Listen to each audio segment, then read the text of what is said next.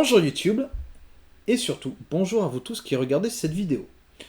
Alors je vous l'ai promis, lorsqu'on a fait l'unboxing de Port-Royal, je vous ai un peu teasé sur un jeu que j'allais recevoir, et je l'ai reçu. Et je vous avais promis un jeu qui mêlait un peu l'ambiance Wasberg, le guet d'Ankh-Morpork, etc. Un peu ça, donc... Et bah ça y est, il est arrivé. Je l'ai reçu lundi, et du coup, on va faire l'unboxing de ces deux petites boîtes. Voilà, je sais pas si ça se voit bien. Voilà. Là. Ce jeu s'appelle, comme son nom l'indique, Guards and Traitors Toll. Alors, Guards and Traitors Toll est le troisième jeu d'une boîte qui s'appelle Grey Forno Games, qui est une boîte qui a repris l'édition de Test of Honor, un jeu d'escarmouche dans le Japon médiéval.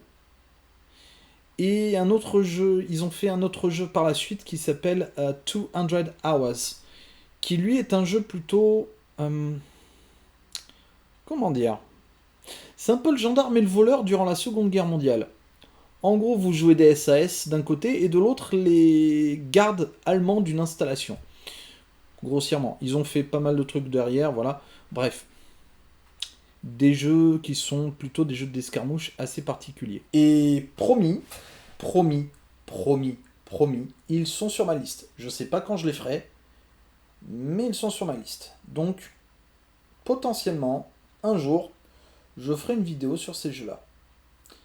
Parce qu'ils sont très intéressants, je trouve. Alors, Guards and Traitors Toll, de quoi ça parle? Parce que c'est le troisième jeu de Grey Forno Games. Et c'est vrai que ils nous avaient un peu teasé sur les réseaux, sur leurs réseaux, alors notamment Facebook. Je mettrai la page dans la présentation. De même que je mettrai aussi leur site dans la présentation.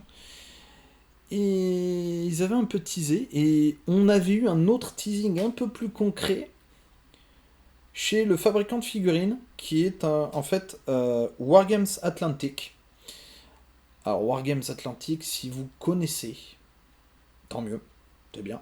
Si vous ne connaissez pas, c'est sans doute un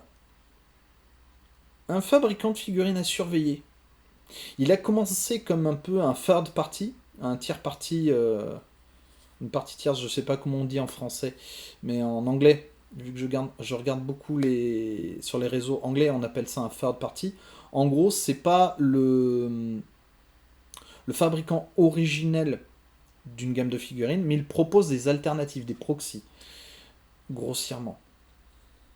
Et c'est comme ça qu'il a commencé. Il a fait des proxys pour des régiments de la garde impériale de 40 000, beaucoup moins cher.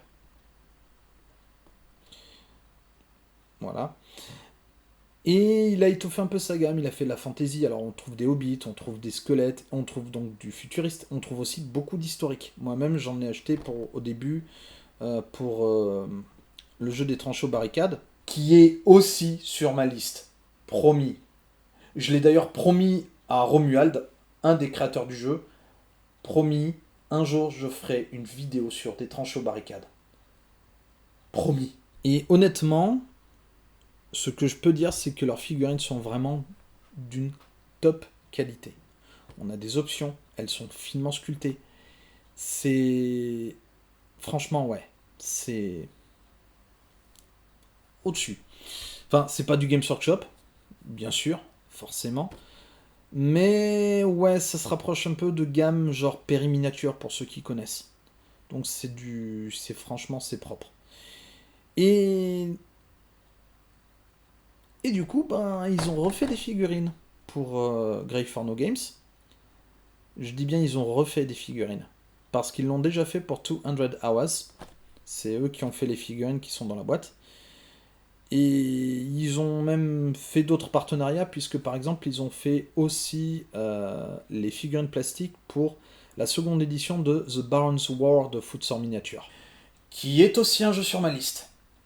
Désolé. Autant vous dire que Wargames Atlantic, si vous aimez la belle figurine, c'est un... Comment je peux dire ça? C'est un fabricant à surveiller. Vraiment.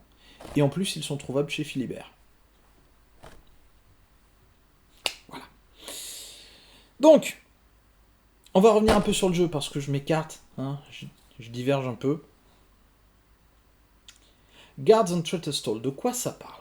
Eh bien, ça parle d'une ville qu'on surnomme Stall, le... Comment on peut traduire ça en français? Le péage du traître. Ça donne envie comme nom, hein. Ouais. C'est une ville qui se retrouve au débouché d'un col montagneux très emprunté, donc forcément, il y a quelque temps de cela, un seigneur un peu indépendant a décidé de s'installer et d'exploiter le fait que tout le monde passe par là pour taxer tout le monde. Et au fur et à mesure, une ville s'est créée. Alors, j'ai plus le nom de la ville, il est dans les règles, je l'ai plus en tête. Euh, Oui, parce que, petit aparté, quand ils ont fait la précommande, ils proposaient, pour ceux qui ont fait la précommande dans les temps, d'avoir le livre de règles en PDF gratuitement. Je l'ai fait dans les temps, donc voilà. J'ai commencé un peu à parcourir le livre et franchement, ça donne très envie. Donc, le gars a fondé un petit château pour extorquer un peu d'argent aux passants et aux voyageurs de passage. Et une ville s'est agrandie avec le même but. C'est-à-dire qu'en gros, vous avez eu tout ce que pouvait compter une ville de commerce et aussi un peu d'exploiteurs. Je dis pas exploitants là, c'est des exploiteurs directs. Imaginez une ville commerciale et commerçante où les gens sont obligés de passer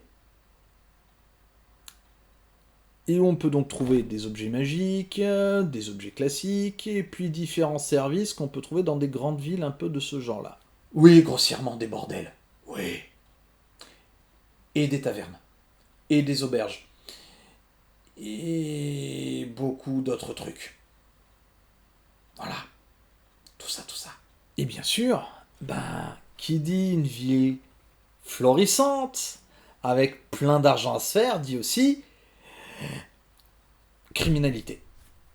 On va pas se mentir, il y a aussi pas mal de choses. Alors, criminalité en tout genre, hein, ça va du pickpocket au...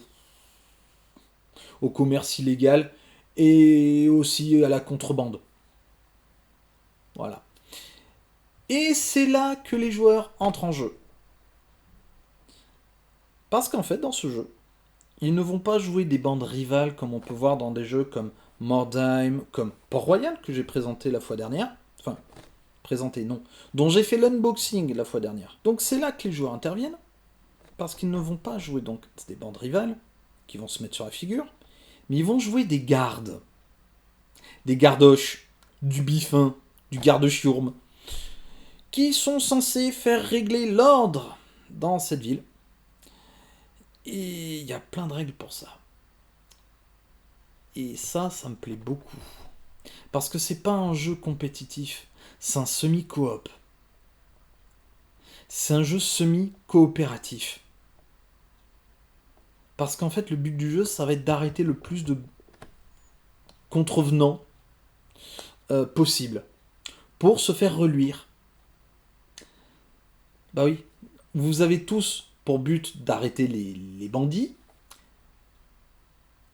Mais par contre, celui qui en attrape le plus, c'est lui qui prend du galon à la fin. Donc il y a ce côté coopératif où il faut s'entraider pour arrêter des bandits, mais il faut essayer d'en arrêter un peu plus que les autres pour avoir plus de points. Et ça, je trouve ça, comme proposition, génial. C'est vrai qu'on n'avait pas eu beaucoup de jeux dans ce genre-là qui proposaient ce genre de but. Généralement, c'est explorer des endroits, c'est s'entraider pour explorer des endroits, pour trouver des trésors, ou parfois c'est carrément s'affronter pour explorer des endroits dans ce genre de jeu. Et là non. C'est-à-dire que vous allez avoir besoin. C'est un jeu, je le dis de suite, son gros défaut, mitigé, vous verrez, c'est qu'il va avoir besoin de beaucoup de choses. Beaucoup de figurines, mais aussi et surtout beaucoup de décors. Vous jouez en ville. Vous jouez pas en race campagne. Et ça, alors, petit aparté de nouveau, vous avez des fabricants qui proposent des décors. Vous avez notamment Sarissa Précision qui s'est mis sur la brèche, qui a proposé, d'ailleurs, c'est la première gamme intégralement en couleur. C'est-à-dire maintenant, ils ne font plus que ils font bien plus que découper, pardon. Ils font bien plus que découper juste des planches de MDF avec des jolis motifs et les graver. Non, là, il les peigne en fait, il les colore. C'est imprimé en fait, c'est du MDF imprimé. Alors c'est très chouette, mais alors c'est la première mouture, les décors sont, voilà, on perd un peu la qualité 3D qu'on avait, c'est-à-dire qu'avant, quand vous achetiez des décors Sarissa, vous aviez j'ai envie de dire l'âme du bâtiment, le cœur, la structure du bâtiment qui était en MDF, et après vous aviez des petits morceaux de carton fin à rajouter par-dessus pour donner du relief. Là, vous n'avez pas ça, puisque tout est imprimé. Donc vous perdez un peu ce côté-là, et ça, je trouve ça dommage. Ensuite, côté intérieur, parce que j'ai regardé un peu les règles, comme je vous l'ai dit, on les a en PDF, on peut jouer à l'intérieur des bâtiments. Et l'intérieur des bâtiments, bon... Voilà. Alors, moi, perso, j'ai résolu le problème, hein. Comme vous le savez, j'ai une imprimante 3D. Elle a tourné nuit et jour pour faire des décors. J'ai pas de quoi faire une grosse table, quoique, mais j'ai quand même des trucs assez intéressants. En 3D, bon, il va falloir les peindre, mais voilà. Et autre petit bémol par rapport à Sarissa Précision là-dessus, c'est le prix. Pour 3 bâtiments et 2-3 options pour chaque bâtiment, ça vous coûte 155 euros, je crois, de mémoire. 155 euros pour 3 bâtiments. Généralement, les décors de Sarissa, à la base, on était plutôt sur du 15-20 euros le bâtiment. Seul, non peint, avec du relief. Après, bon, c'est les décors officiels. Vous choisissez, mais honnêtement, de ce que j'ai vu sur les réseaux sociaux, il y en a qui ont commencé déjà à faire des décors, il y en a qui ont commencé à faire des parties. Et j'en vois certains avec les décors Sarissa, mais j'en vois d'autres avec des décors soit qu'ils ont fait eux-mêmes, soit qu'ils ont imprimé, merci Internet, soit d'ailleurs qu'ils ont acheté dans des boutiques Etsy, hein, puisque vous avez des boutiques Etsy aussi qui vendent des décors imprimés en 3D. Si ça vous intéresse, je vais mettre en lien dans la présentation là aussi, là où moi j'ai trouvé mes décors, enfin les fichiers 3D pour imprimer les décors, et comme je le dirai dans la présentation, vous allez dans la section Freebies. C'est des trucs gratuits. Vous créez votre compte, vous les mettez dans votre panier et vous n'avez rien à payer, ils sont gratuits. Voilà. Et honnêtement, ça suffit amplement pour faire un village. Ou une petite ville. Donc, pas besoin de se prendre la tête à payer... combien il est le set complet? 330 euros, je crois. Le set complet de Tollingchester, ce qu'ils appellent la gamme Tollingchester sur Sarissa Précision. Alors que, oui, il faudra acheter le filament pour faire les bâtiments, mais honnêtement, j'ai dû faire une bobine et demie pour avoir 4 bâtiments et un marché complet. Une bobine et demie, ça me fait 35 euros. À peu près. Ça se passe de commentaires. Après, voilà. On va revenir sur le jeu quand même, parce qu'on est là pour ça. Bref. Donc, oui, comme je vous disais, donc le défaut, ça va être quand même de... c'est un jeu en ville, c'est un jeu urbain. Mais par contre, je vous disais aussi qu'il fallait donc beaucoup de décors, hein, comme je vous disais, mais aussi beaucoup de figurines. Et c'est là que c'est intéressant. Vous avez Wargame Atlantique qui effectivement vend des figurines. Je mettrai le lien vers leur site. N'hésitez pas à faire le tour de leur section, il y a des trucs très intéressants. Y compris un jeu qui est aussi sur ma liste. Ouais.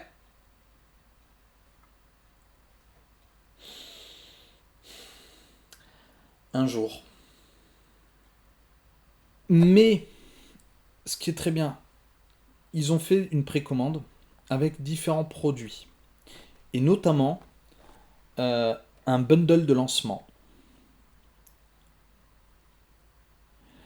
qui comprend toute la gamme au jour de la sortie du jeu. Les deux boîtes que je vous ai montrées, donc, ceci, le starter set. Donc là, vous avez 36 figurines, donc 12 gardes et 24 civils, 108 cartes.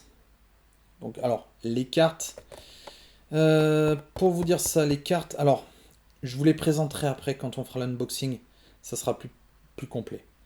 9 dés, qui sont des dés spécifiques, 108 jetons, ce qu'ils appellent counters en anglais, mais bon, c'est des jetons, et un livre de règles, forcément. Alors, je vais vous montrer un peu derrière, pour vous donner un ordre d'idée. Voilà, je sais pas si vous voyez bien. Voilà. Alors, oui, désolé pour le reflet. Mais voilà, vous avez ici toute la gamme de figurines que vous pouvez faire. Là, en fait, grossièrement, c'est un exemple de ce que vous pouvez faire. Parce que les figurines ne sont pas figées. Vous avez plein d'options, vous avez plein d'objets, vous avez plein de trucs. Et vous pouvez faire du coup, dans les 36 figurines de mémoire, vous pouvez faire 12 gardes, donc 2 équipes de 6, 2 patrouilles, c'est comme ça qu'on les appelle, et 24 civils, tous différents. Et vous avez la marge pour avoir toutes les combinaisons possibles. Ça, c'est pour la première boîte. Mais ensuite, ils ont sorti la première extension. Basis Straits. Et Basis Straits, alors, là c'est très simple. Vous avez 24 figurines, donc 12 civils, 12 gardes, 90 cartes en plus, 9 dés supplémentaires et 54 jetons. On se fout pas de votre gueule quand même, hein. Vous avez du matos. Alors, la première boîte, donc celle-là, ça, c'est un starter set. C'est le kit d'init, c'est tout ce que vous voulez. C'est pour commencer. Vous avez les règles de base, vous avez le matériel de base, et vous avez ce qu'il faut pour commencer. Donc, livre de règles, jetons, dés, etc. Cette boîte-ci, Basis Straits, alors, vous permet de passer de 1 à 2 joueurs, ce que permettait la boîte de base, à 3 à 4 joueurs. Donc vous pouvez avoir jusqu'à 4 patrouilles sur le plateau de jeu. Mais en plus, et c'est ça que j'aime beaucoup, ils le mettent là d'ailleurs, ils ajoutent des objets magiques. On est dans de l'urban fantasy, forcément il y allait avoir des objets magiques. Des sergents. Alors les sergents, d'après ce que je sais, ce sont des soldats un peu particuliers que vous pouvez recruter, qui ne font pas partie de la patrouille, mais en gros c'est des mercenaires. Dans un autre jeu, on appellerait ça des mercenaires. Et les patrons. Pardon, excusez-moi, mais quand j'ai vu ça, quand j'ai vu cette extension qui disait on rajoute les patrons, j'ai fait oh, oh. Parce que Traitorstall, c'est une grosse ville. Et vous savez ce que c'est dans l'urban fantasy. Les patrons. C'est des nobles. Ça se tire dans les pattes, ça a chacun ses intérêts, ça... Bref, on peut jouer avec ça dans le jeu. C'est-à-dire que votre patrouille, elle n'est pas neutre. Elle a un mécène qui lui dit « Je te donne des avantages, par contre, en échange, tu vas devoir faire ça pour moi. » Ou « Tu vas te conduire de telle manière. » Et ça, c'est fun. Ça, moi, j'aime beaucoup. J'aime vraiment beaucoup ça. Et pareil, derrière, hein, je vous montre. Hein, voilà. Hop, attendez, voilà. Vous avez un exemple de comment assembler vos figurines. Les dés, les jetons et les cartes. Autre chose. Alors, il y en a une, je vais pouvoir vous la montrer de suite. C'est que dans le bundle, on a aussi... Alors, ce qu'on appelle en anglais des roster sheets. Voilà.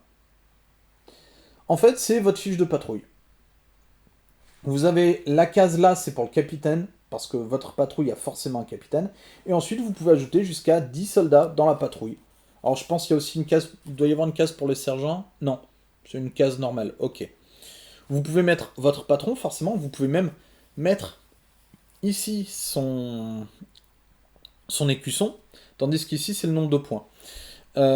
Et vous avez les pièces, parce que vous avez votre solde, bien sûr, faut gagner votre croûte, pardon. Et vous avez ici une case que j'aime beaucoup qui s'appelle le discontent. Le mécontentement. Je vous expliquerai ça après. Vous allez adorer. Et ensuite, plot, secrets, not. Donc, plot, ben, comme dans un plot twist scénaristique, c'est un truc qui va popper comme ça et qui va bouleverser votre partie. Les secrets, les secrets, parce que, ben, Urban Fantasy, on est dans une ville, il y a forcément des petites magouilles en dessous. Et vous les découvrez petit à petit au fur et à mesure du scénario ou du jeu, de votre campagne. Ouais, j'aurais peut-être dû te dire dès le départ que c'est un jeu très narratif. Vous comprenez pourquoi j'ai le smile, rien que d'en parler. Ce jeu, c'est vraiment... C'est pour ce genre de jeu que j'ai créé ma chaîne. Ça, c'est une pépite. Ça, c'est bien, ça, comme jeu. Ça, c'est bien. Bref. On a aussi un autre truc qui est dans une des boîtes. Alors, je sais plus laquelle. Mais grossièrement, au lancement, il y avait un petit cadeau qui était offert. C'est-à-dire que le bundle en lui-même était plus ou moins coûtant. Je crois on était sur du... hors frais de port, 128 € de mémoire. Pour les deux boîtes. Les deux boîtes et les fiches. Alors les fiches, vous pouvez les télécharger, bien sûr. Mais bon... L'objet en lui-même, ça fait plaisir de l'avoir. Et... en cadeau, vous aviez une figurine en résine d'un nain ivre. Vraiment, c'était ça, c'est Drunken Dwarf. Et vous aviez un nain qui s'appuyait sur son marteau avec une chope de bière. Fantasy. Voilà. Bon. Vous attendez un truc. On fait un unboxing. Je vous propose qu'on commence par le starter set, à savoir celui-là. La grosse boîte. Alors. Donc, pour vous montrer, vous voyez, c'est des boîtes en carton fin. Voilà comment ça va se présenter. Alors, hop là, je vais essayer de... Voilà. Donc là, vous avez vos grappes, donc civils et soldats, tout confondu. Je crois que vous avez aussi des grappes de socle. Socle en plastique. C'est les socles de Wargames Atlantique, qui sont un peu... bon... Ça a l'avantage d'exister. Là, ici au milieu, là, ce que vous voyez en gris, je pense, c'est les jetons. Ensuite, forcément, le livre de règles. Et là, ça va être, je pense, le reste. Les cartes, les dés, peut-être le nain aussi. Alors... on commence par quoi? Les figurines. Allez. Alors, on va sortir les figurines. Hop. Voilà. Alors, comme je vous le disais, les socles. Donc vous voyez, c'est vraiment du socle très basique. Il est un peu creux derrière. Alors il a un trou au milieu. Alors, je pense que ça c'est si vous les magnétisez en fait. Si vous mettez des aimants. Voilà, donc vous avez quoi? 6 fois de 12, vous avez 36 socles, donc ce qu'il faut pour les figurines. C'est des socles de 2,5, donc 25 mm. Voilà. Bon, c'est bien. Franchement, c'est bien, parce qu'il y a des jeux, ils y pensent pas. Mais bon, je préfère les socles en MDF de Sarissa. Mais bon, on verra. Après, c'est du plastique, Colle plastique, ça tient tout seul. Alors, ensuite, on a 1, 2, 3, 4 grappes de civil. Alors, on va en sortir une, pour que vous voyez bien. Voilà. Alors, on va compter, j'ai combien de corps dedans? 1, 2, 3, 4, 5, 6 corps de civil. Alors, je vais essayer de vous rapprocher ça, mais vous voyez un peu. Alors, je sais pas si vous voyez bien. Voilà. On est quand même sur des belles têtes. Alors, je vais vous montrer aussi les têtes, vous voyez. On a de tout. Et on a des têtes... Alors attendez, je vais vous les inverser, peut-être c'est mieux comme ça. Voilà. Ah, il y en a une qui est à l'envers. Celle-là. On a une tête de Tiflin. Pour ceux qui connaissent Donjons et Dragons, ça, les sortes d'hommes démons, en fait. Voilà, les hommes cornus. Vous avez des têtes avec des chapeaux, vous voyez, avec des capuches, vous avez de tout. Et franchement, moi j'aime beaucoup. Elles sont très expressives. Et vous avez plein de matos. Vous avez des cannes, vous avez des... Vous avez quoi vous avez... Désolé, hein, je vous l'enlève du truc, mais grossièrement, vous avez un épi de blé, vous avez un hachoir, vous avez une hache, vous avez un pic, vous avez des bâtons, vous avez un éventail, vous avez encore d'autres têtes, tiens d'ailleurs. Regardez, on a encore d'autres têtes en bas. Hop, je sais pas si ça va se voir. Allez, fais ta mise au point. Voilà, voyez les têtes qu'on a en fait. On a beaucoup de têtes, on a énormément de têtes. Et je pense même qu'on peut... Alors, il me semble que vous pouvez mélanger les deux types de grappins. C'est le même fabricant, donc c'est le même principe, c'est le même concept. Donc vous pouvez très bien mettre la tête là, par exemple cette tête à plumer là. Elle est où, elle est où, elle est où? Voilà. Là, celle-là. Celle qui est là, là. Celle-là. Vous pouvez la mettre sur un de vos officiers, par exemple, pour faire un officier de la garde. Ça peut être pas mal. Vous avez quoi? Vous avez un serpent, vous avez une serpe, vous avez différents types de capelines, vous avez un tablier, vous avez des sacs, vous avez une théière, vous avez des bouteilles aussi. Voilà, si vous voulez faire un ivrogne. Vous avez un serpent. Ouais, non, vous avez même une marionnette, une main avec une petite marionnette. C'est pas mal ça, des seaux, vous avez des... Vous avez une chouette aussi. Oh, c'est bien ça, dis donc. Non, franchement, ça là, si vous voulez pas jouer à Guardian Traitor Soul, ok. Mais si vous voulez des civils pour vos parties de jeux de rôle ou pour des jeux divers et variés, tant que ça reste de la fantasy, nickel. Franchement, nickel. Vous avez du choix, vous avez tout ce qu'il faut. Et honnêtement,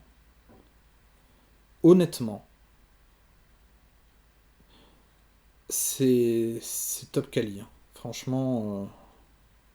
Alors, vous allez vous dire pourquoi on a une surabondance de détails sur la grappe. Bah en fait, parce que avec ça, vous faites pas seulement les civils, vous faites aussi les suspects. Parce que lorsque vous avez une plot card, j'y reviendrai après.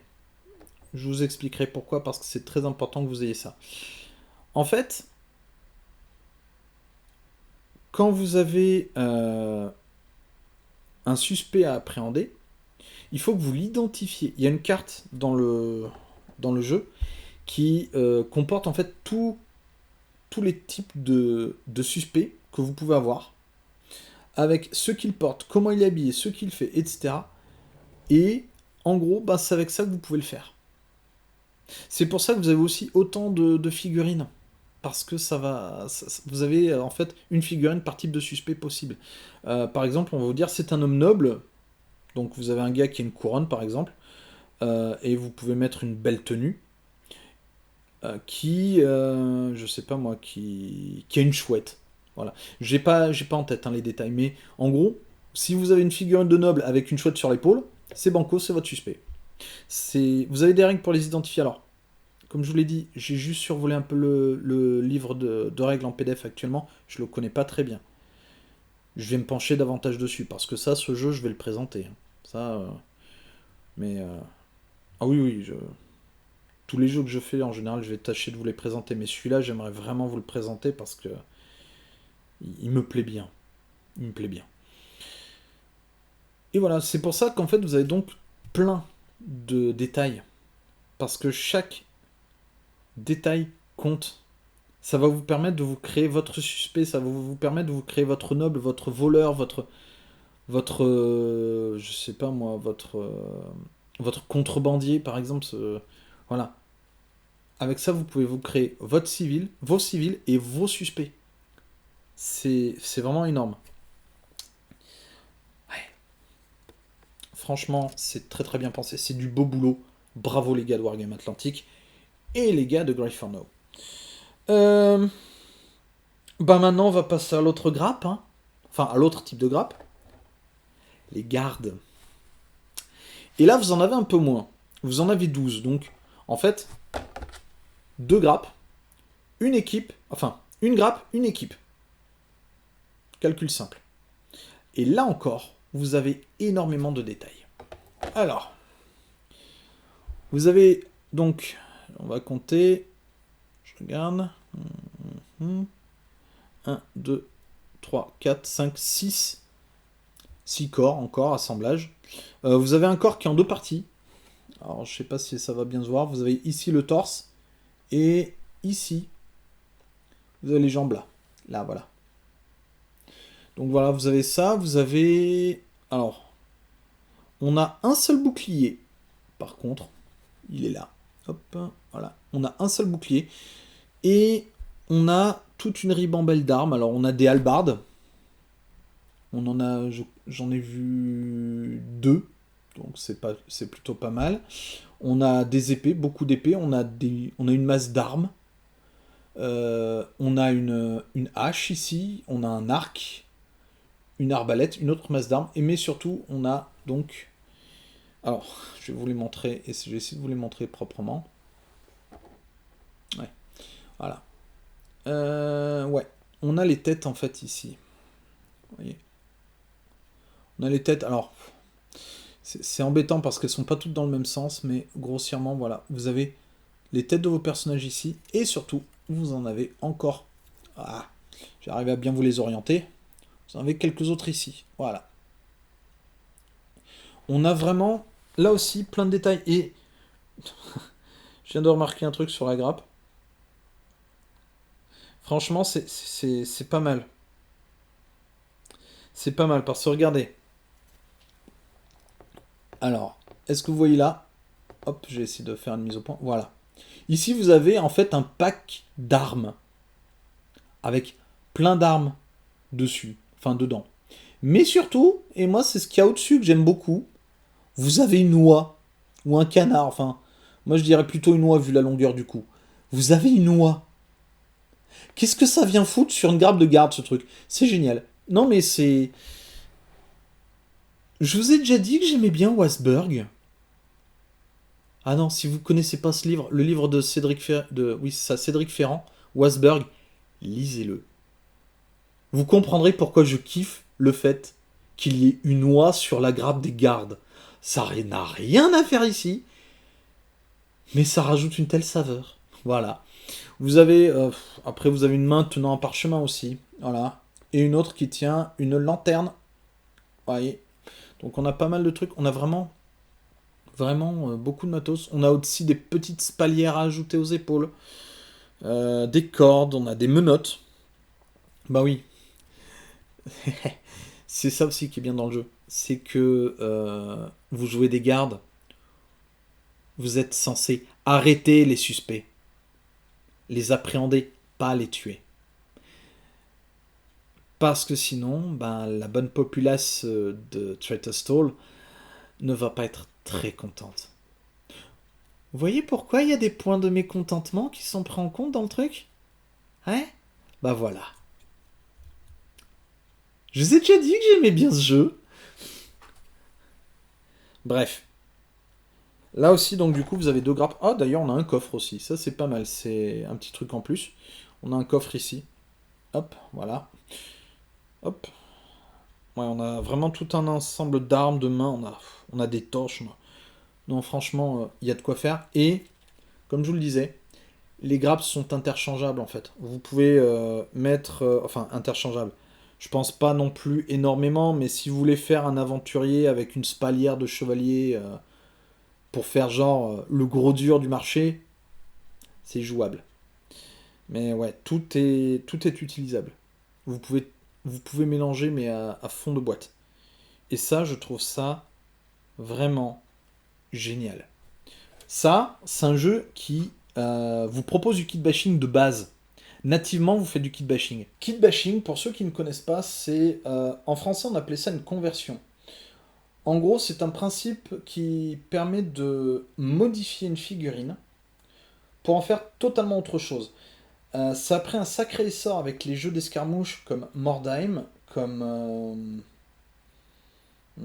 comme actuellement Trench Crusade, qui, qui est aussi dans la liste, mais bref. Euh, le kit bashing, en fait, c'est vous prenez une figurine et vous en faites totalement autre chose.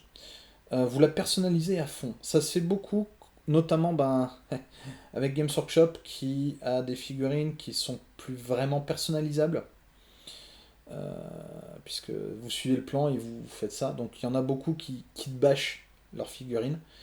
En français, on appelait ça conversion à l'époque. Mais maintenant, on garde le terme consacré de kit bashing. Et en gros, c'est transformer la figurine. C'est lui donner un. C'est parfois lui donner juste du caractère, c'est ajouter une pièce, c'est lui mettre une tête différente. Et puis souvent, c'est carrément changer la nature même de la figurine. Vous utilisez du matériau comme de la green stuff, comme. Qu'est-ce que vous pouvez utiliser? Euh, Pas de la pâte Fimo, mais bon, je le déconseillerais davantage. Mais voilà, vous utilisez du matériel, des matériaux qui vont vous permettre de changer complètement la figurine. Typiquement, vous voulez rajouter un tabac à une figurine en armure, vous le faites avec la green stuff ou du papier de cuivre, qui est souvent utilisé pour. Euh, c'est comment c'est pour de la repousse. Vous savez, pour sculpter en repoussant un peu le métal. Et ben vous utilisez ça aussi pour faire des tabards. Voilà, c'est ça du kit bashing. C'est prendre une figurine, typiquement, on va dire un truc très con. Je vais prendre une comparaison Games Workshop parce que beaucoup de gens connaissent Games Workshop. Vous prenez un Space Marines genre basique et avec un peu de green stuff pour lui faire un tabard, avec des chandelles que vous lui mettez sur son pactage, vous en faites un Black Templar ou un Dark Angel. Vous lui donnez un caractère, vous lui donnez plus de personnalité qu'un simple Space Marines de base.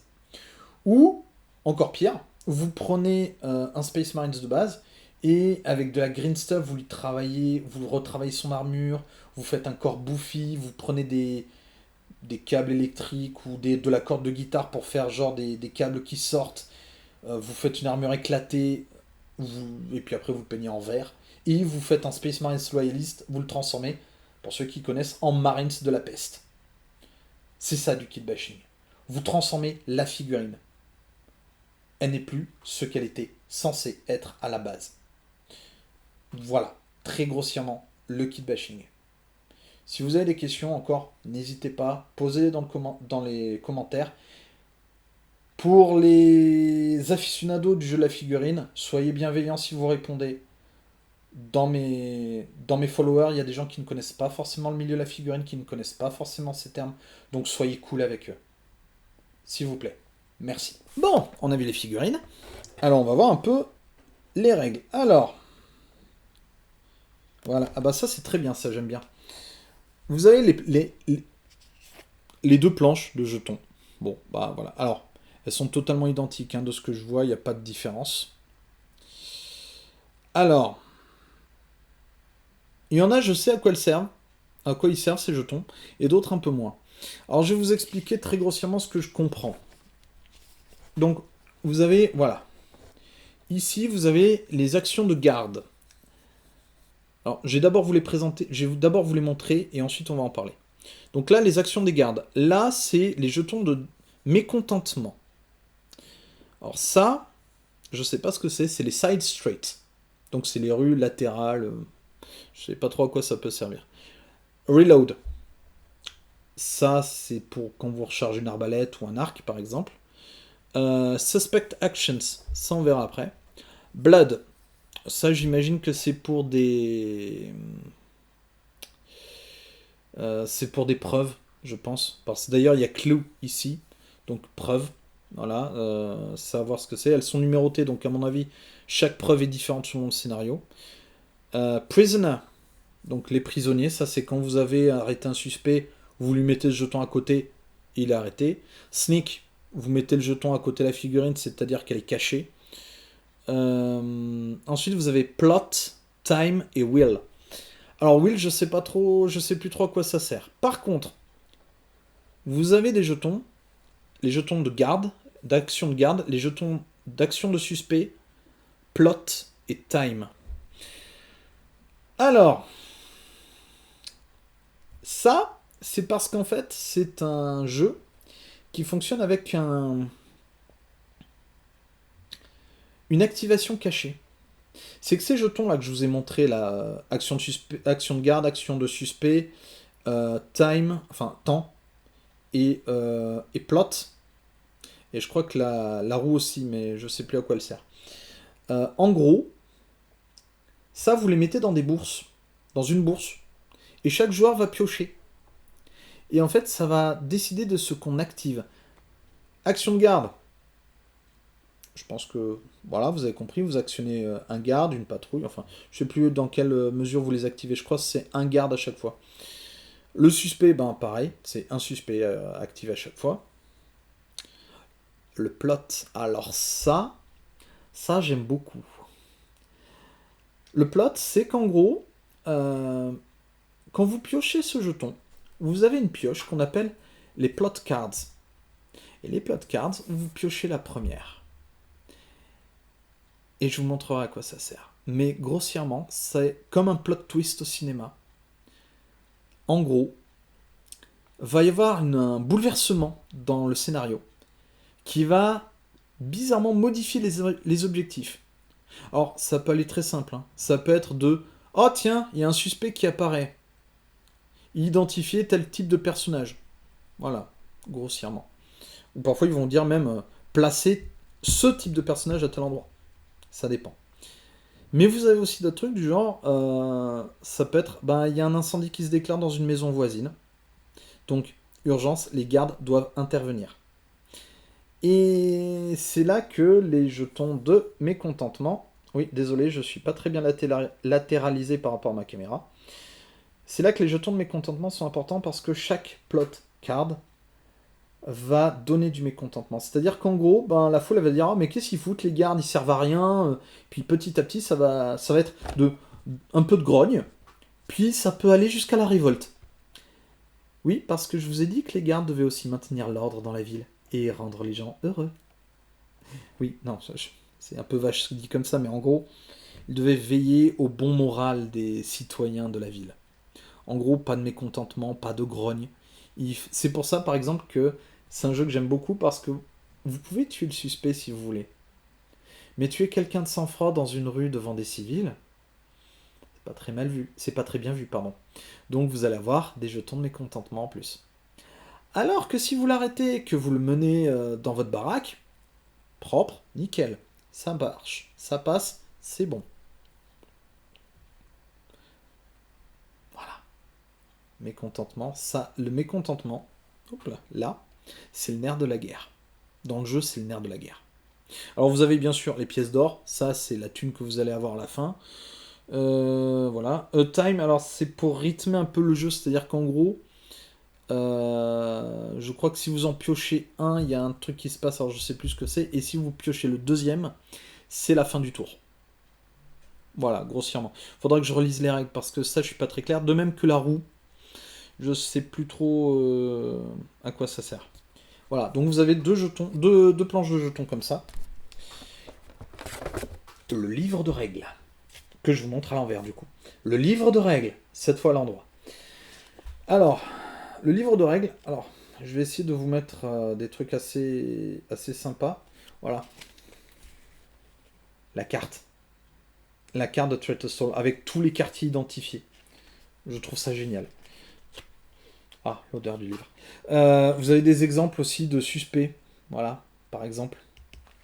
Voilà, identifier. Ben voilà, tenez. Je vous parlais d'identifier les suspects. Vous voyez, ils vous le mettent ici. Identify. Donc, vous lancez en fait 2d6. Je crois que c'est ça. Hein. Voilà, vous lancez un d6 pour sélectionner la catégorie si c'est arcane, chair, consommation, armement, outils ou perform, c'est l'art, c'est l'artiste. Et vous lancez une seconde fois pour choisir un objet spécifique. Donc par exemple un coffre de monnaie, un une petite créature à côté. Euh, Qu'est-ce qu'on peut avoir? Un bouclier, un casque. Voilà. Et ça va vous permettre de décider si telle personne est un suspect. Je trouve ça génial. Je lirai plus en détail parce que bon, c'est voilà, c'est compliqué. Bref. Je vous le lirai plus en détail parce qu'il y a tout en fait. Là-dedans, il y a toutes les règles. Vous avez les missions, les règles, comment identifier un suspect. Vous avez tout. Vous avez l'historique de la ville. Et ce que j'aime beaucoup, je vais vous montrer un petit peu, c'est que vous avez parfois ce qu'ils appellent, hop, alors c'est en anglais, hein, désolé, c'est guard house gossip, les rumeurs du baraquement. Donc en gros, là c'est, ils disent que la mère de Lady Erika est une sorcière et qu'elle a séduit le baron en utilisant une potion d'amour. Ça donne une petite saveur au jeu, vous voyez. C'est bien. Ça, et vous avez le background, vraiment, l'historique, les quartiers, comment ça se passe, etc. Vous avez même des guides sur comment vous pouvez assembler proprement les figurines, sans vous donner des plans, mais en vous disant, pensez à faire ça, pensez à faire ça. Des petits hints, en fait, des petits conseils, en fait. Et ça, c'est plutôt cool, je trouve. Franchement, ça aussi, c'est pas mal. Alors. Ah, bon, j'ai pas le nain dans cette boîte, c'est dans l'autre. Ok, alors on va sortir. Voilà, les dés. Alors, le jeu utilise deux types de dés. Je vais vous montrer. Hop. Il va utiliser un dé comme ceci. Vous voyez? Chaque dé va avoir une face particulière. Il y en a une... Alors, on va prendre le livre de règles vu qu'on l'a. Hein. Je vais essayer de retrouver ça. Comme je l'ai dit, hein, j'ai pas tout lu encore, donc c'est un peu compliqué.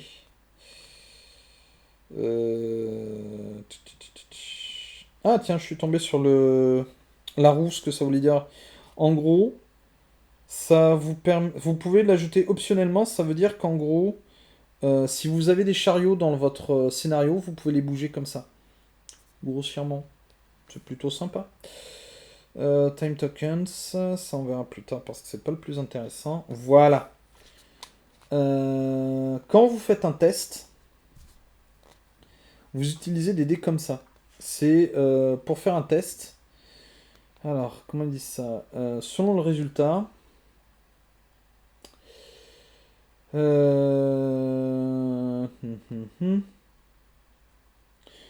en gros, pour certains tests, par exemple pour appréhender, on va surtout utiliser les épées. Vous voyez? Vous avez une, deux et trois épées. Le but, c'est d'obtenir des épées, c'est des succès pour les combats. Par contre, alors, c'est bien parce que je l'ai pas lu encore, donc je l'ai pas lu en entier, je suis désolé.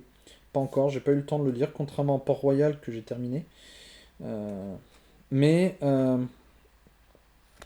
chaque côté, selon le test, selon l'action que vous envisagez, va avoir un résultat. Alors, je pourrais pas vous le faire là parce que bon, le but c'est de faire un unboxing, mais bon. Mais voilà, chaque dé va avoir une conséquence. Et vous avez un des 6 qui va aussi avoir un intérêt dans le jeu. Alors un des 10, un des 6 classique, mais qui va avoir son intérêt. Là encore, j'ai pas encore assez lu le livre pour vous le dire. Je suis désolé. Mais promis, je vais essayer de m'y réatteler un petit peu. Parce que là, j'essaie de le lire.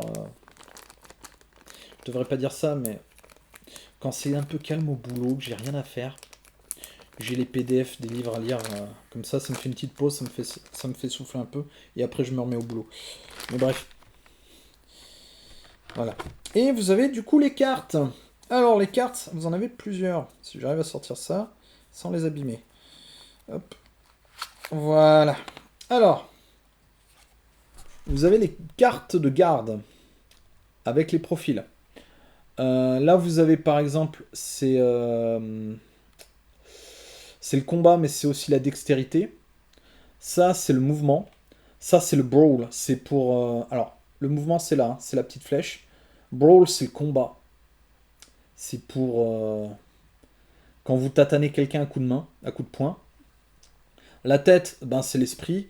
Et le cœur, je crois, c'est les points de vie. Je crois, ça je sais. Je l'avais vu. Voilà. Heart, ah non, c'est la... Voilà, c'est ça. Donc aim, l'épée. Donc l'épée, aim, c'est la précision. Quand essayez d'attaquer un ennemi ou quand vous essayez de tirer avec votre arc. L'agilité, donc c'est pas le mouvement, c'est l'agilité. C'est pour éviter une attaque, pour courir vite et essayer de saisir une autre, un autre personnage. Brawn, alors c'est la force physique. C'est l'endurance, oui, c'est ça. L'endurance, c'est la dureté de votre personnage. Pour n'importe quel combat. C'est pas pour le combat à main nue, autant pour moi. Wits, alors wits, c'est la perception. En gros, c'est. Ils disent la conscience de ce qui vous entoure. Très grossièrement. C'est aussi une mesure du charisme et du charme, ainsi que de l'intelligence et de l'apprentissage, notamment utilisé par les utilisateurs de magie.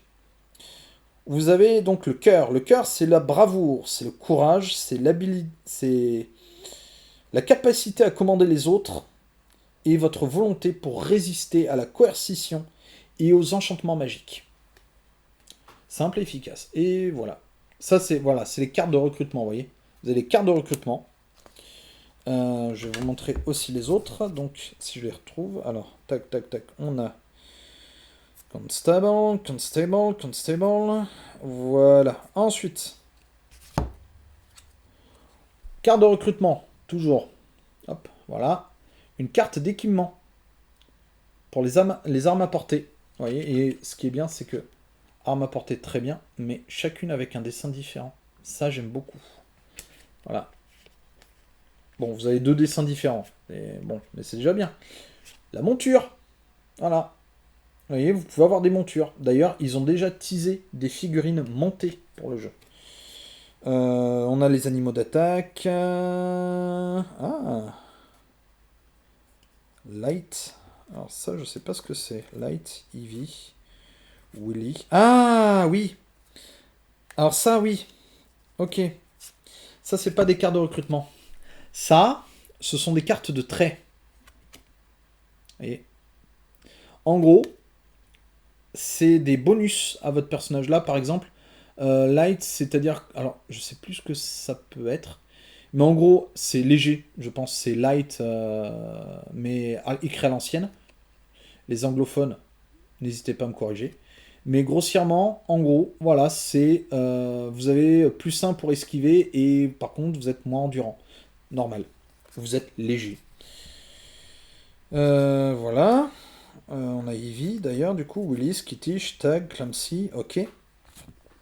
Les cartes d'identification que je vais vous montrer, vous voyez, je vous les mets un peu en avant pour que vous voyez. Donc vous lancez un dé, ça vous donne la catégorie. Vous lancez un deuxième dé, ça vous donne l'objet à remarquer sur votre suspect. Voilà. Ça, c'est une aide de jeu très importante dans le jeu. Voilà. Vous avez les différents objets, vous voyez, vous avez vraiment de tout. Ça peut être un rouleau, un livre, ça peut être des joyaux, ça peut être un animal, bref, plein de trucs. Ah, voilà. Et ça, c'est intéressant. Ça. Ça, c'est les cartes de plot. Et vous voyez, training, elles correspondent... En fait, vous avez des cartes d'entraînement. Pour l'entraînement, voilà. C'est-à-dire que ça, en gros, parce que vous avez une mission d'entraînement pour vous familiariser avec les règles. Ça se voit là, d'ailleurs. Hein. Hop, vous voyez, Training 1, vous en avez 4. C'est des cartes de plot, mais qui sont faites pour apprendre les règles. Et du coup, ben voilà, vous avez... Alors, je vais essayer de vous en trouver une autre. Voilà, suspect violent. Voilà, ça c'est bien. Voilà, suspect violent. Donc vous voyez que c'est une carte de plot. Vous avez là-haut, ici, ça vous rajoute 1 point de mécontentement à la foule. Et vous avez le profil du suspect avec ses traits. Voilà. Et vous avez comment l'identifier. Un civil qui est proche d'une caisse. Vous avez donc comment l'identifier. Hop, voilà. Comment l'identifier, mais aussi la tâche. Donc là, ils disent cut down Ah! Alors lui, c'est pas... Waouh. D'accord. Le... Bah voilà, ça c'est bien, c'est une autre subtilité du jeu. Quand on parle de cut down un suspect ou arrest un suspect, ou appréhende, je sais plus le terme qu'ils utilisent, ça montre la nuance. Cut down, c'est tuer. C'est un suspect violent, faut le neutraliser vite. Mais à la base, vous devez arrêter le suspect, pas le tuer. C'est pour ça que quand vous le tuez, vous n'avez pas, vous baissez pas le mécontentement. Par contre, vous gagnez des pièces. Voilà. Et une fois que vous avez gagné ce plot, vous le mettez à côté de vous et ça va être pris en compte pour le calcul des points à la fin. Voilà. Ça, c'est les plots. Sachant qu'après, vous avez les plots classiques, hein, voilà. Hop, je sais pas si ça se voit. Voilà, vous n'avez pas de training derrière. Mais pareil, avec un suspect qui est défini. Mugging, burglary. Généralement, c'est ça. Hein, c'est des suspects qui vont apparaître, qui vont popper. On va vous dire comment les reconnaître et qu'est-ce qu'il faut faire avec. Et puis après, ça peut être un animal, ça peut être Dark Alley, une allée sombre. Performance, donc en gros, on a un saltimbanque dans la rue. Voilà, vous avez plein de trucs. Voilà. Vous avez, voilà, ça j'aime bien aussi. Des cartes comme ça. Ça, c'est un plot majeur. C'est pour ça qu'elle est pleine en fait. Et là, vous avez non pas juste un petit truc, hein, c'est un gang de pickpocket qu'il faut appréhender.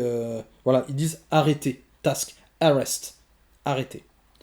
Donc, faut les arrêter là. Oh, bien. Alors ça, par contre, je vais pas vous les montrer, je vais pas les lire. Mais voilà, vous avez des cartes de secret. Et ça, je vais pas vous les lire parce que et je vais pas les lire non plus. Parce que ça, c'est un truc qu'on gagne. Voilà.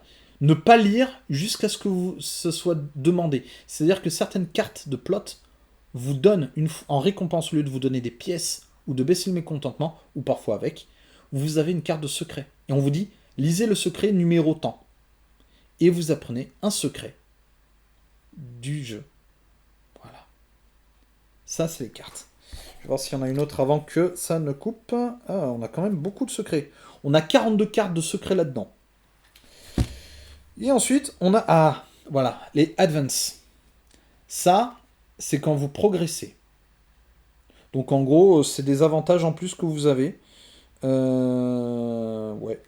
C'est des avantages que vous gagnez avec l'expérience. Voilà. Je crois qu'on a fait le tour de la boîte. Bien. Et ben on va passer à Basis Straits, la première extension de Garden Castle. Parce que oui, hein, visiblement il peut y avoir un petit suivi. Et vu le suivi qui est assuré pour 200 Hours, je pense qu'on peut s'attendre à avoir des trucs en plus. Déjà, ils ont annoncé des figurines. On a vu des... Alors, j'essaierai de retrouver l'image et de la mettre quelque part par là, ou par là. Plutôt par là, voilà. C'est bien, là j'ai de la place. Ils ont annoncé, par exemple, de nouvelles figurines pour des civils. On a notamment une petite fille, petit enfant. Donc on aura des enfants en plus. Et on a un capitaine de la garde monté en photo. Je vais essayer de vous retrouver l'image, hein. Comme je l'ai dit, si j'ai la chance, elle sera dans la vidéo. Voilà. Bref, on passe à Basis Straight, la suite. Alors, là encore, vous voyez, c'est quiché. Donc, oula, cette fois c'est à l'envers par rapport à la boîte. Donc, on a les grappes, les jetons et une petite boîte qui doit contenir là aussi cartes, dés et du coup, vu que je l'ai pas eu dans le premier paquet, le nain ivre. Alors, on va sortir déjà tout ça. Donc, bon, déjà, la sempiternelle grappe de socle. Ensuite, on a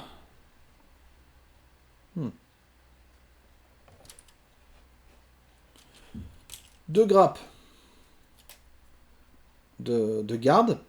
Oui, hein, rappelez-vous ce que je vous ai dit tout à l'heure au début. Basis Straits permet de rajouter 2 joueurs. Autant avec la boîte de base, on pouvait jouer avec 1 voire 2 joueurs, puisque le jeu permet de jouer en solo aussi, très important. Mais avec Basis Straits, on passe à 3 voire 4 joueurs. Donc on peut avoir 3 voire 4 patrouilles maximum sur la table. C'est bien sûr. Ensuite, on a du coup 12 civils supplémentaires. Voilà, si on n'en avait pas assez, ben on peut en faire encore plus. Voilà. Comme je vous l'ai dit, il y a tellement de matériel, ne serait-ce que les têtes et les armes.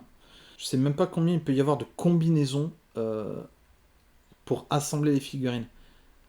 Rien que sur les civils. Vous imaginez, vous ajoutez en plus les gardes. On a une planche de jetons supplémentaire. Alors, une seule, mais c'est normal. Alors, j'avais pas remarqué ça, mais en fait, regardez dans les prisonniers. Hop, je sais pas si ça va se voir. Vous avez deux couleurs, donc bleu et blanc et jaune et rouge, qui sont grosso modo les couleurs des... Ouais, de deux des patrons. Et derrière, vous avez jaune et noir et vert et noir. Donc là aussi, couleur des patrons. Mais vous avez 4 patrons, je crois. Faudrait que je regarde de nouveau dans le livre de règles. Et du coup, ce qui va changer un petit peu, puisque vous avez vu, hein, on a finalement, là pour l'instant, le contenu est le même. Plus ou moins. Il y a encore des points communs, hein, vous allez voir. Par contre, là on a du coup la boîte, hein, comme on avait tout à l'heure, sauf que dedans, ça sert un petit plaisir. Hein. Alors j'ai un socle en MDF avec.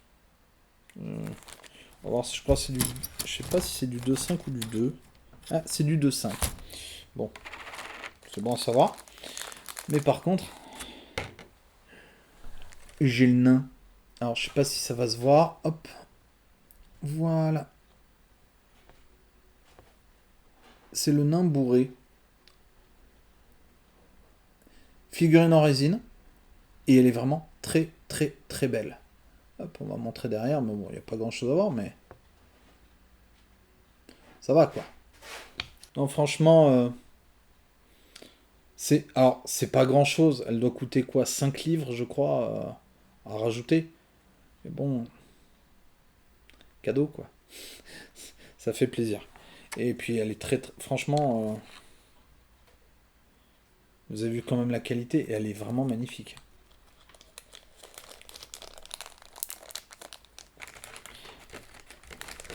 Alors, désolé, hein, j'ai le chat qui s'amuse un peu.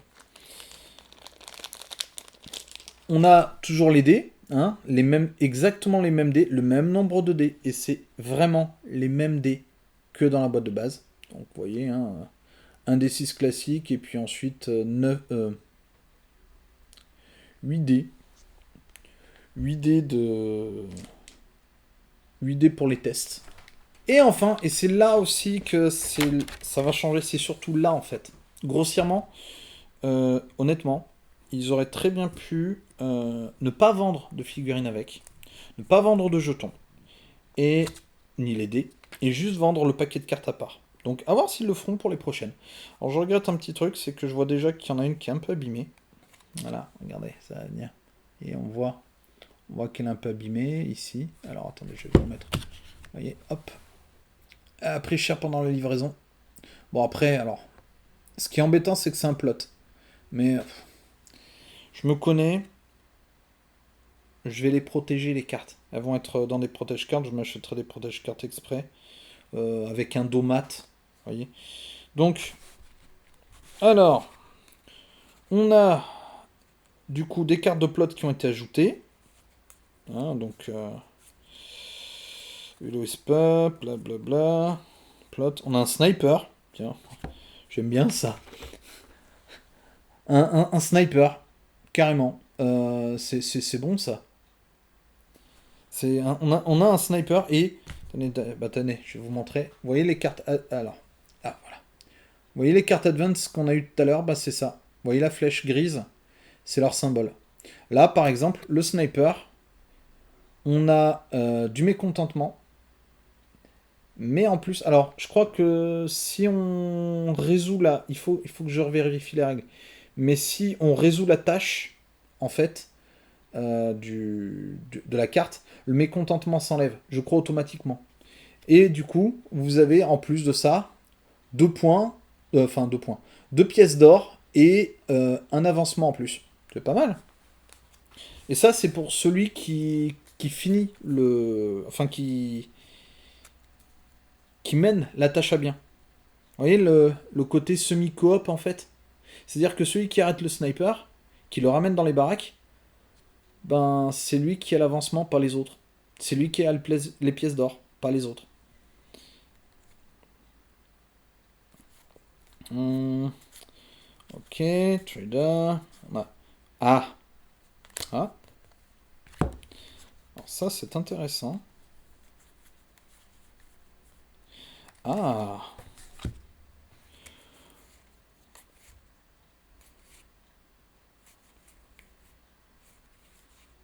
d'accord. Euh,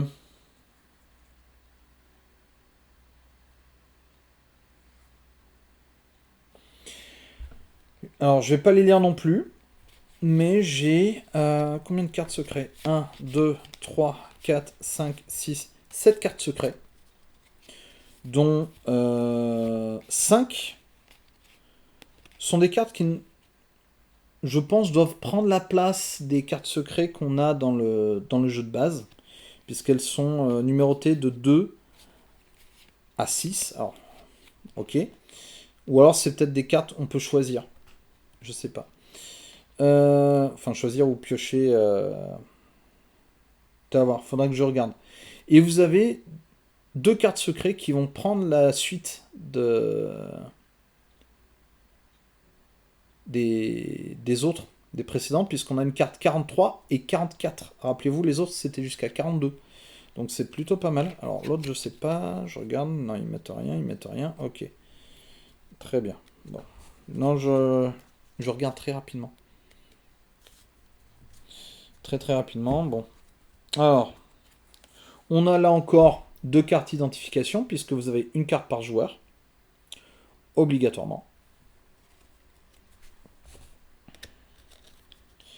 Et on a là aussi, hop, tac, tac, tac, tac. Alors, on a les cartes de recrutement. De nouveau, du coup, on a les cartes de recrutement pour 2 patrouilles supplémentaires. Et on a 2, 3, 4 sergents. Alors, les sergents, ce sont des soldats de plus, en fait. Je vous montre. Ah, c'est rien de particulier, hein. C'est juste un type de soldat. Parce qu'en gros, dans votre patrouille, vous allez avoir un garde-capitaine. Et vous allez avoir ce qu'ils appellent des constables. Donc en gros, c'est du policier de base, quoi. C'est le grade le plus bas, en fait. Donc vous allez avoir le capitaine, le sergent et les constables. Voilà. Et du coup, bah, on rajoute 4 sergents de la garde. Ah, c'est bien. Ils sont tous différents. Ça, c'est sympa, ça. On en a un, c'est un second de confiance. Donc il aura... oui, il aura davantage de perception, des trucs comme ça. D'accord. Et par contre, ce qui est intéressant, c'est que pour les règles, il compte comme un constable de base pour les règles. Donc ça change pas grand-chose. C'est juste ça ajoute un peu plus de piment à votre troupe. Sachant que c'est ce que j'avais pas fait attention à ça. Mais chaque constable, en fait, en gros, a un profil différent.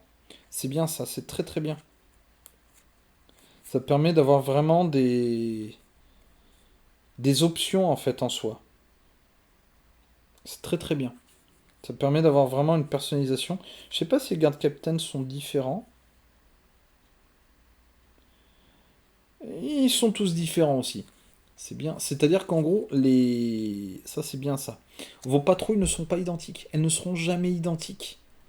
C'est très très très très très bien pensé ça. Très très bien. Ouais, j'aime beaucoup. J'aime beaucoup l'idée. J'avais pas fait gaffe à ça en faisant l'unboxing de la première boîte, mais là, c'est très très bien. Ok, ok, bon après on a les armes à distance, les animaux d'attaque et les chevaux, comme pour les autres. On a, euh, on a des traits supplémentaires. Donc on en a combien? On en a un, 2, 3, 4, 5, 6 traits supplémentaires. Donc c'est bien. J'avais pas compté combien on en avait dans l'autre, mais bon, je pense que c'est à peu près pareil. Et on a des avancements supplémentaires, donc voilà, c'est toujours bon à voir ça. Ah, on peut même. Je viens de voir ça en avancement. J'en profite vu que là j'ai un peu plus de temps. On peut donner des sorts à vos gardes. C'est bien ça. J'aime beaucoup. Ah, ça c'est. Et on a. Ah, ça c'est bien ça. On a des cartes de blessures. Injury en anglais. En gros, c'est les blessures, mais à. Comment je peux dire ça? À longue échéance. Ah non, pas à longue échéance, pardon. Ça peut durer pour une mission. Là, j'ai une mission seulement. Ah. Et on en a une carrément, c'est celle-là, c'est Concussed, comment je peux dire? Concussion, c'est le garde qui a un trauma crânien en fait. Qui vous dit que vous pouvez défausser une carte d'avancement maîtrisée en fait. À voir. Là, je connais pas très bien les règles, mais je vérifierai ça. Par contre, et là, ça devient intéressant. Ouh, ou bien. Euh, on a les cartes de patron. Je vous avais dit que on avait des nobles dans la cité qui se faisaient un peu la guéguerre. Et du coup, on a des cartes de patron. Faudra que je lise parce que dans le livre de règles, je crois, ils expliquent comment les utiliser. Parce que j'ai 4 cartes de patron à chaque fois. Par exemple, là, celle-là, c'est pour Lord Granite. Donc on a, vous voyez, on a son sigle, on a ses armoiries et le nom Ready for Battle, donc prêt pour le combat.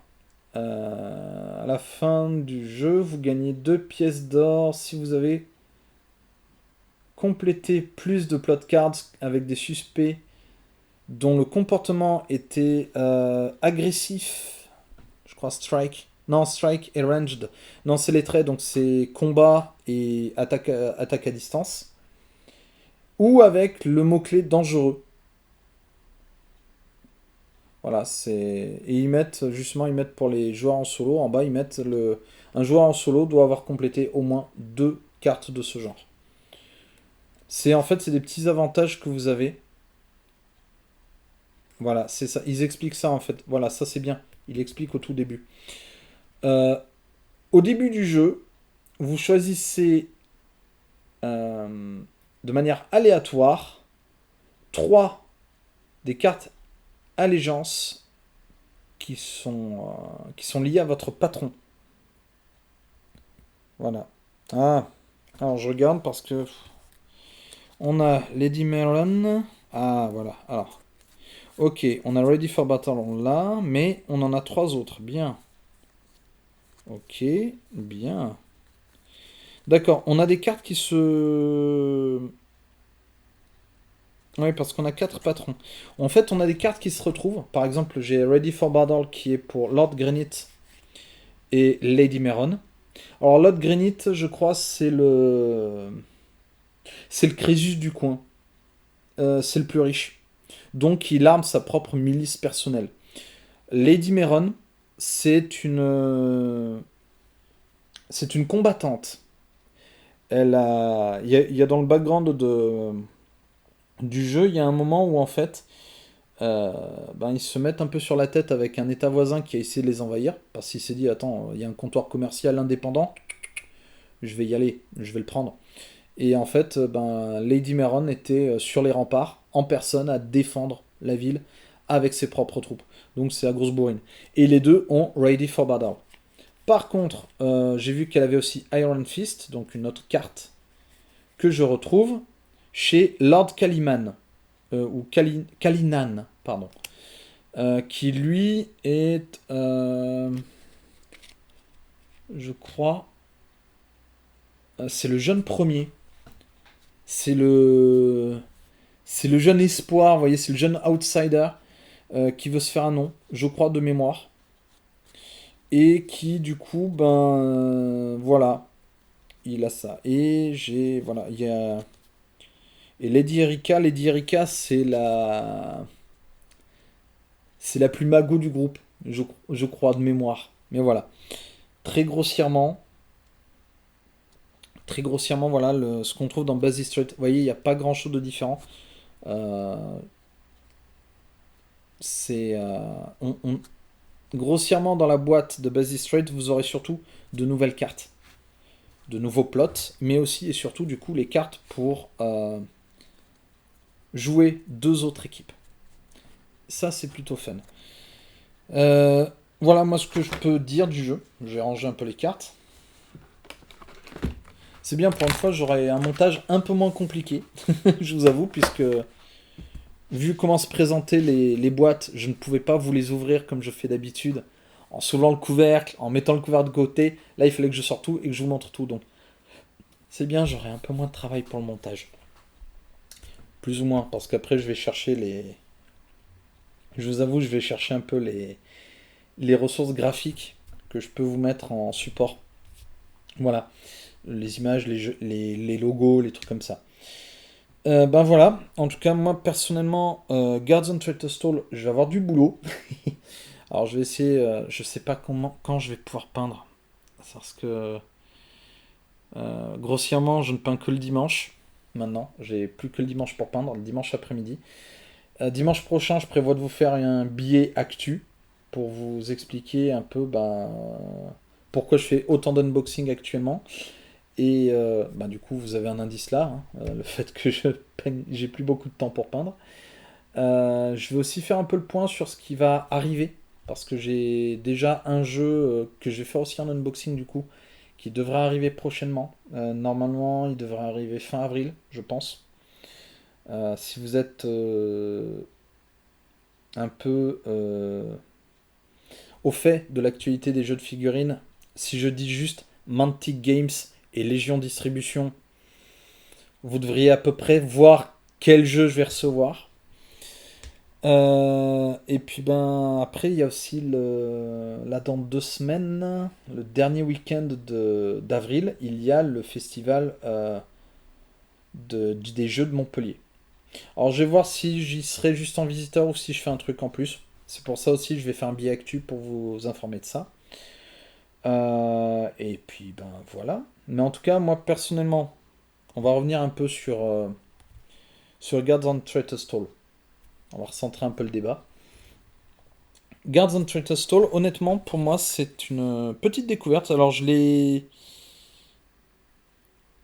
vu dans les réseaux très tôt, puisqu'en fait, techniquement, première chose que j'ai vue, c'était les décors de Sarissa Précision. Et surtout, petit à petit, Greyfarno Games disait, on va faire un nouveau jeu. Et j'étais un peu teasé parce que je me disais, ah, Greyfarno Games qui va faire un nouveau jeu. Ok. J'étais déjà très curieux de leur jeu, hein. Test of Honor, personnellement, c'est un jeu, je veux le prendre à tout prix celui-là parce que Japon médiéval, escarmouche, je prends. 200 Hours, Seconde Guerre mondiale avec les actions des SAS ou des Long Range Desert Group. En gros, c'est les groupes d'action à longue portée dans le désert. Ceux qui s'y connaissent un peu aux Seconde Guerre mondiale, c'est ceux qui avaient les jeeps. C'est ceux qui ont donné naissance plus tard au SAS aussi, au Special Air Service des Alliés. Mais en gros, c'était des troupes qui allaient dans le désert à bord de véhicules complètement custom. Ils prenaient des vieux camions dont ils coupaient les cabines à l'arrière, ils mettaient des mitrailleuses, ils prenaient des jeeps aussi quand ils en avaient, et ils attaquaient les lignes arrière, les lignes de ravitaillement des Allemands, notamment l'Africa Corps, et des troupes italiennes, et ils se retiraient dans le désert après. C'est ça, le Long Range Desert Group. Et ils ont fait un jeu qui reprend un peu cet esprit-là. Alors, au début, c'est surtout les SAS en Europe. Donc, vous voyez, les opérations commando, les parachutages derrière les lignes ennemies. Mais ils ont fait une extension avec les LRDG Group qui me fait de l'œil aussi. C'est un petit jeu qui m'intéresse bien. Et du coup, quand j'ai vu Guards and Traitors Stall, j'ai haussé un sourcil. Parce que bon, ils font des bons jeux, ils font des jeux originaux et j'étais curieux. Et quand j'ai appris ce que c'était, parce qu'ils ont dévoilé petit à petit le jeu,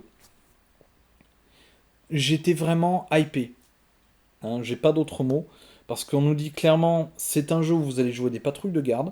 C'est du semi-coop. Donc ça, c'est franchement très très bon. Sachant que vous pouvez jouer en solo en plus, ce qui ne gâche rien. Mais en plus, ben, c'est pas juste de la baston. Il y a un côté un peu plus subtil derrière. Il faut arrêter des suspects, voire les tuer si vraiment ils sont trop dangereux. Mais du coup, il faut garder une bonne jauge parce que le mécontentement de la population va servir de jauge à votre action. Et puis il y a ce côté surprenant avec les plots que j'aime beaucoup. Vous savez, vous piochez le jeton plot, hop, vous sortez une carte plot de votre pile et vous la jouez immédiatement. Ça veut dire qu'en gros, si vous n'avez vraiment pas de chance, la situation peut vite dégénérer. C'est-à-dire que vous allez avoir un pickpocket dans un coin, un incendie à résoudre en gros, enfin à éteindre, mais aussi et surtout à sauver les gens. Vous allez avoir un gang d'assassins, puis un sniper sur les toits. La situation peut vraiment très vite dégénérer. Et j'aime beaucoup l'idée. Comme je vous l'ai dit, j'aime beaucoup les livres comme Westberg. Donc, premier, premier truc auquel j'ai pensé, c'était ça. Westberg. On joue du gardoche. On joue du gardoche qui va aller dans la rue et qui va essayer de résoudre les troubles qu'il va rencontrer. Et ça, moi, personnellement, je trouvais ça comme postulat de base, comme proposition, mais très intéressant. Après, à voir si mon sentiment, ce sentiment que j'ai sur ce jeu, va être confirmé. Il va falloir que je peigne enfin, il va falloir que je monte les figurines et j'ai en avoir beaucoup. Alors, je vais essayer surtout de faire que 2 équipes pour vous faire vraiment un petit peu une bonne présentation en fait. Je vais essayer de monter aussi je vais voir en fait alors je vais faire la mission d'entraînement moi de mon côté pour prendre en main le système et puis je vais vous faire la première mission, je crois c'est une patrouille dans les rues tout simple, jour de marché, je crois c'est un truc comme ça pour vous faire en fait une review dans les règles avec vraiment comment une partie se joue. Alors vous avez vu vous avez vu sur Kane ce que non pas Kane, sur Slane ce que ça donnait. Je vais pas vous faire une partie complète, sinon la vidéo va durer 2 heures. Déjà, celle-là, elle va être assez longue. En même temps, j'ouvrais 2 boîtes et j'ai beaucoup parlé. Parce que franchement, c'est un jeu qui me plaît beaucoup. Ça se voit, je pense. Et la boîte elle-même, enfin la boîte Greyfano Games, les mecs, j'adore ce que vous faites, franchement. Pareil pour Wargame Atlantique, j'adore ce que vous faites. Si vous voyez cette vidéo, si vous comprenez le français, j'adore ce que vous faites. Ça fait 3 fois, c'est pas grave. Mais voilà. Je vais voir, je vais tester le jeu de mon côté. Alors il faudra aussi que je m'équipe. Hein. Je vous en parlerai dans la vidéo billet parce qu'il faut que j'éclaircisse ça aussi. Euh, mais honnêtement, j'ai hâte d'y jouer. Ça sera pas de suite, comme je vous l'ai dit, là, pour les 15 jours qui viennent, je vais être un peu pris. Je pense même les 3 semaines qui viennent, puisque je pense que d'ici là, j'aurai reçu un autre jeu à faire en unboxing. Mais une fois que ce sera fait, en plus, c'est le mois de mai, on a les jours fériés. Je vais pouvoir peindre. C'est bien. Bref. Voilà ce que je pouvais dire déjà de ça. C'est-à-dire qu'en gros, j'ai un bon feeling sur ce jeu. J'ai vraiment un très très bon feeling sur ce jeu parce que la boîte a de l'expérience. Elle sait ce qu'elle fait. Puis bon, bah, la proposition du jeu est intéressante. C'est original. C'est. Non, vraiment, c'est original. En fait, ce genre de système, enfin, ce genre de. Pas de système, mais de proposition, vous ne le trouvez que dans des jeux de plateau. Là, on est sur un jeu de figurines. C'est pas un zombicide-like. C'est pas un. Je sais pas moi, qu'est-ce que je peux trouver comme jeu de plateau dans ce genre-là. Oui, zombicide, c'est pas mal, mais. Bref, vous voyez le principe. C'est c'est un jeu de figurines. Avec une table que vous allez personnaliser vous-même. Ça va être une. Les figurines, vous allez les personnaliser vous-même. Il y a ce côté de c'est votre jeu. C'est votre. C'est votre matos. Faites-en ce que vous voulez, faites-le vivre comme vous voulez. Et ça, j'aime beaucoup. J'aime vraiment beaucoup ce côté-là. J'aime vraiment cet aspect-là dans ce jeu. C'est pour ça que ce jeu m'a hypé, c'est pour ça que dès que j'ai vu qu'il était sorti, mais j'ai fait mais. Enfin, dès que j'ai vu qu'il était en précommande, dès que j'ai pu, j'ai fait je le précommande. Je le prends, je prends le pack complet. J'aurais pu me contenter de prendre juste la boîte de base, hein, mais j'ai fait non, je prends le pack complet. Je veux à tout prix avoir tout le pack. Pour avoir vraiment, avec Buzzy Street, le, le spectre le plus large des possibilités offertes par le jeu. Puisque dans la boîte de base, vous n'avez pas les sergents, vous n'avez pas les patrons, vous n'avez pas les blessures, les blessures, ce qu'ils appellent les injuries, les cartes de blessures. Et là, je m'étais dit non, il faut pas que je passe à côté. Donc voilà, j'espère honnêtement, je serais vraiment ravi si mon enthousiasme pour ce jeu, et encore ce n'est que l'unboxing, mais si mon enthousiasme pour ce jeu vous avait été communiqué, si vous aussi vous avez envie de voir ce jeu fonctionner. N'hésitez pas à me le dire en commentaire. Vous voyez, c'est pas parfait comme vidéo, mais au moins j'essaie de vous donner envie. Je dis pas acheter ce jeu, il est génial. Non, juste vous donner envie. Après, vous faites ce que vous voulez. Mais grossièrement, voilà. Le petit bémol, c'est vraiment un petit bémol. Euh, Autant Buzzy Street, j'ai beaucoup aimé le fait qu'il rajoute des figurines, donc suffisamment pour rajouter des deux patrouilles et des civils en plus. Mais je pense qu'on aurait pu se contenter juste d'un paquet de cartes. Juste le paquet de cartes à rajouter. C'est mon avis. Mais bon, c'est voilà. Je sais pas comment va évoluer le jeu par la suite parce que bon, on aura eu les quatre patrouilles. Est-ce qu'ils vont nous rajouter des patrons? Est-ce qu'ils vont nous rajouter des secrets? J'ai hâte d'avoir d'autres secrets parce que finalement 44 secrets finalement c'est peu. Alors à voir comment on les obtient, on verra. Euh, mais ouais, j'ai hâte de voir comment va évoluer le jeu. Honnêtement, j'ai très envie de voir dans quelle direction va prendre le jeu parce qu'on est sur un jeu qui est narratif, qui est original. Je me répète, mais dans quel jeu vous jouez des gardes qui patrouillent juste?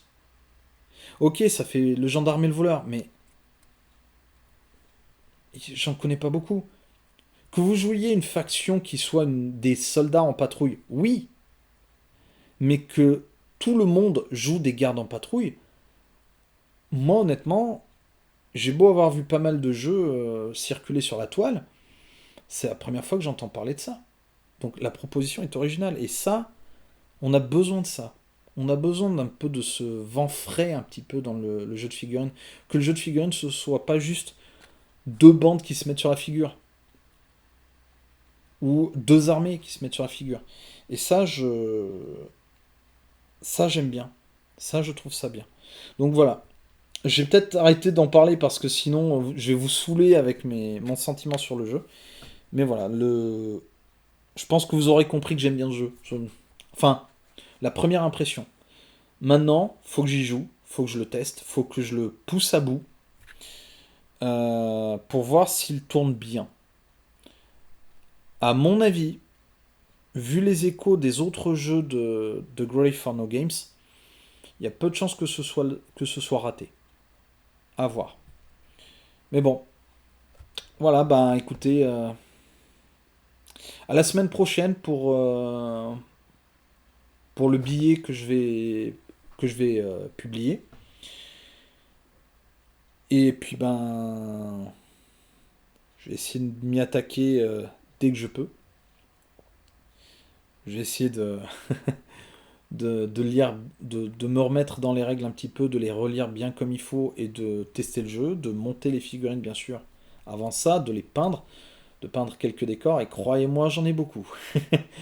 Comme je vous ai dit, j'ai mis le lien pour ceux qui ont une imprimante 3D pour avoir les fichiers gratuits. Jetez un œil parce qu'ils sont magnifiques. Euh, Sinon, potentiellement, ceux qui n'ont pas d'imprimante 3D, essayez de regarder sur Etsy ce que vous pouvez trouver. Je sais qu'on peut en trouver quelques-uns. Et puis ben d'ici là, écoutez, portez-vous bien. Prenez soin de vous. Hein. On n'est jamais trop prudent.